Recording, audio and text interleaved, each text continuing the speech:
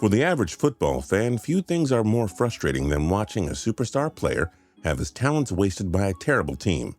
It's hard to watch them struggle out there, losing week in and week out, when you know they could be doing so much more with a better supporting cast. Here are 10 NFL stars who find themselves stuck on a garbage team in 2021. Russell Wilson. We certainly didn't expect to have Russell on this list coming into the season. Who really thought that the Seattle Seahawks would sink to the bottom of the NFC standings in 2021. Losing Wilson for 3 games with a finger injury didn't help matters, but even when he's been on the field, the Seattle offense just hasn't functioned the way we all expected. The Seahawks are far and away the worst team in football's toughest division, the NFC West. Since the post-Legion of Boom era, Wilson has done an admirable job in masking the many problems on Seattle's roster, ranging from the defense to the offensive line to the up-and-coming rushing game. Don't forget that Wilson reportedly sought a trade in the summer, though he wouldn't confirm it. The Bears, Cowboys, Raiders, and Saints were reportedly on his wish list. Why would Wilson want to stick around on a team that, for the first time in his career, is absolutely nowhere close to title contention? And if you're Seattle, why keep a disgruntled QB around when you can trade him for multiple first-round picks and recoup some draft capital following the horrendous Jamal Adams trade? Wilson will go down as the greatest player in Seahawks history, and they simply don't win Super Bowl 48 without his heroics and leadership. But as Tom Brady and others have shown, even the all-time greats need a change of scenery at some point, and Wilson isn't an exception to that rule. For his sake, here's hoping 2021 marks his last year of being stuck on a struggling Seattle team. Deshaun Watson. It took one dismal season in Houston for Watson to request a trade from the Texans following the 2021 season, but his 22 civil lawsuits prevented a trade from happening, as Watson sat out the entire campaign to deal with his legal situation. If Watson takes the field in 2022, it will most definitely be with the new team. There are several QB-needy clubs out there who will happily trade away plenty of assets for a top-5 quarterback. We're seeing just how helpless this Houston team is after winning division titles with Watson under center in 2018 and 19. Last year, he had a league-leading 4,823 passing yards to go along with 33 touchdowns against only 7 picks. Even though Houston only won 4 games, they were that much more competitive with number 4 in the huddle. But this team is going nowhere with Watson on the sidelines. You can understand why he didn't want to commit any more prime years to a dysfunctional franchise with no leadership or established direction whatsoever. Now we all wait and see where Watson lands in 2022. Saquon Barkley. The 2018 Offensive Rookie of the Year has unfortunately missed significant time for the 3rd straight year. And even when Barkley is on the field, he has little chance to succeed thanks to an anemic offensive line and some laughable play calling. Remember when Barkley averaged 5 yards a carry and 81.7 yards per game in his rookie season? Barkley had 15 total touchdowns and a ridiculous 2,028 yards from scrimmage. But things have been going backwards ever since with the New York Giants. The number 2 selection of 2018 has no support from his offensive line. Instead of being a consistent 100-yard threat, Barkley is lucky to have even hit 50 yards a game these days. That's how bad it is in the Big Apple. There's no indicator that the G-men are about to turn a corner either. Dave Gettleman has only made the mediocre roster he inherited even worse.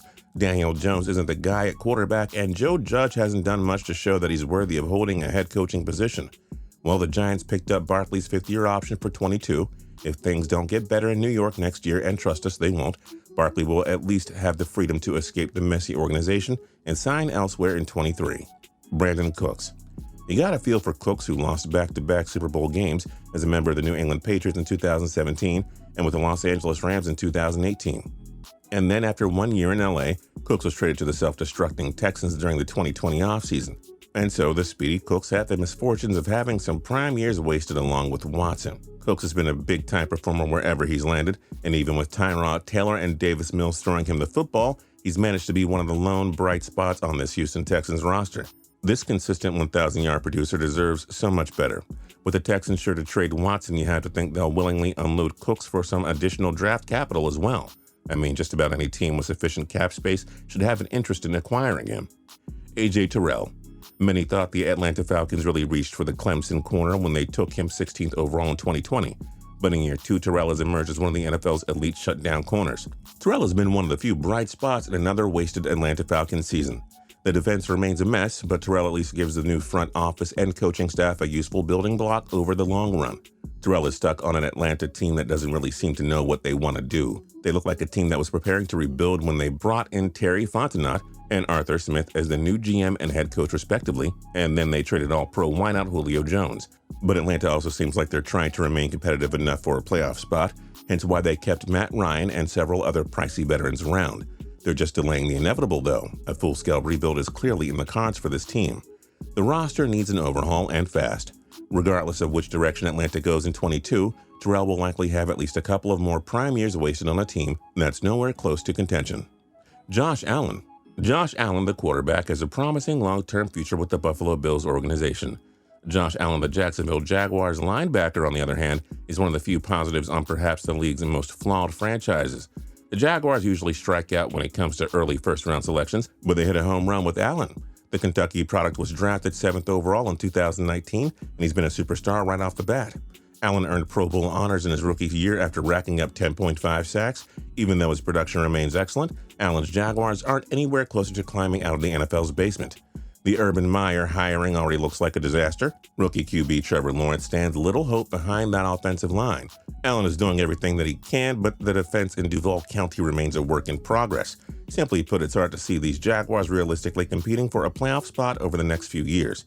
Jacksonville will pick up the 5th-round option on Allen's rookie deal, meaning he has at least 2 more painful seasons to endure with the Jaguars before he can look for a change of scenery. For now, however, he remains a young star on a horrible team. Cordarrelle Patterson. If it makes the aforementioned A.J. Terrell feel any better, he's not the only Atlanta star who's stuck there. Patterson, the league's best special teams returnman, has been more than just a game-wrecking kick returner this year. Credit Arthur Smith and the Atlanta coaching staff for unleashing his full potential and turning Patterson into a jack-of-all-trades. I mean, even the legendary Devin Hester didn't get used much as a running back or receiver. But Patterson has more than flourished in any role the Falcons have given him, and his 1-year, $3 million pact has been one of the best bargain free agent deals in memory. The good news for Patterson is that, again, it was only a 1-year deal. Not only has he driven up his value ahead of 2022 free agency, but he'll also have the chance to leave Atlanta for a more competitive team.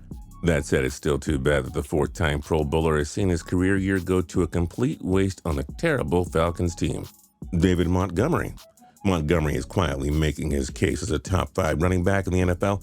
It's just easy to overlook his production because the 3rd-year standout has been stuck on a Chicago Bears team that hasn't been relevant for most of the past decade.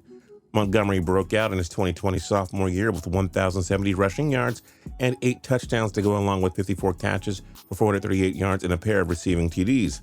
He was off to another dazzling start in 2021 before a knee injury forced him to miss multiple games. It's too bad, because Chicago's sluggish offense actually had some life when Montgomery and rookie signal caller Justin Fields were on the field together. It's not easy for opposing defenses to account for the workhorse running back and the dual-threat Fields, but when one of them is out of the equation, the Bears' offense suffers. What Montgomery does behind one of the league's worst offensive lines is nothing short of admirable, but hey, if Fields can break out in year 2, maybe Montgomery won't be a star stuck on a garbage team, but rather a cornerstone piece on a quality playoff contender. Only time will tell. Bobby Wagner. Wagner wasn't eligible for this list through the first 9 seasons of his career for obvious reasons. The Seahawks made the playoffs 8 times, didn't have a single losing season, reached 2 Super Bowl games, and won it all in the 2013 season. But the Seahawks have unraveled here in 2021, and so Wagner joins longtime teammate Russell Wilson as yet another star who's stuck on a bad Seattle team. Wagner could retire today and he'd still be a first-ballot Hall of Famer. The best linebacker not named Luke Kuechly of his era has kept Seattle's defense afloat following the Legion of Boom era, which is a testament to his all-world play and leadership skills. While Wagner is only signed for 1 more year after this, could he follow Wilson out the door this offseason, or will the Seahawks try to rebuild around the perennial Pro Bowler, at least for 1 more year? It'll be interesting to see which direction they go, but for now, Wagner is still stuck on this terrible team. Khalil Mack. Mack's tenure with the Bears has to be considered a moderate success. I mean, his efforts have turned this defense into one of the NFL's best, and he guided them to playoff berths in 2 of his first 3 seasons in the Windy City. The Bears were hoping to be a Super Bowl contender after making the blockbuster trade for the 2016 Defensive Player of the Year. But turmoil among the coaching staff and the front office have prevented Chicago from getting there, and Mack is just the latest Bear to have so many of his prime years go to waste here. Think about it. With all the stars they've had over the past few years, the Bears could have been a consistent playoff team with a star-studded list of players, but they were always mired in mediocrity instead. And now it's Mack's turn to deal with it. He remains one of the game's most prolific pass rushers, but he can only do so much in a completely mismanaged organization. Mack remains under contract for 3 more years. Will he stay patient and try to be part of the solution, or will he and the Bears work together on a trade and give this future Hall of Fame talent a chance to play for a legitimate contender once and for all? For the sake of Mack, you hope the latter. What other NFL stars are stuck on garbage teams in 2021? Let us know your thoughts in the comment section down below. If you're new here and you haven't subscribed yet, now's a great time to do that by hitting that subscribe button down there. If you liked the video, then hit the like button. We really appreciate it. And until next time, tune in to TPS every single day for more cool videos. We'll see you.